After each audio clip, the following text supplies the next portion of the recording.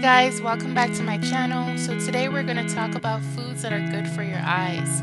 Red, orange, yellow vegetables like carrots, sweet potatoes, bell peppers, they contain carotenoids which are essential for the proper functioning of the retina.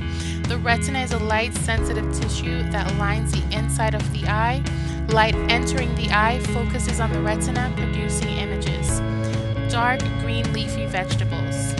Dark green leafy vegetables are also good sources of carotenoids. They're full of healthy nitrates. The body converts this to nitric acid, which may improve blood flow to the eyes.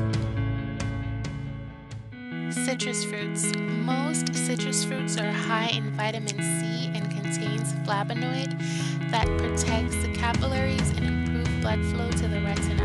Examples are oranges, lemons, nuts, and seeds. These are high in fiber and high in amino acids, which helps to keep blood vessels elastic. Examples include walnuts, pine nuts, pumpkin seed, sunflower seeds. Don't forget to subscribe, like, and share this video. Thanks for watching. Bye!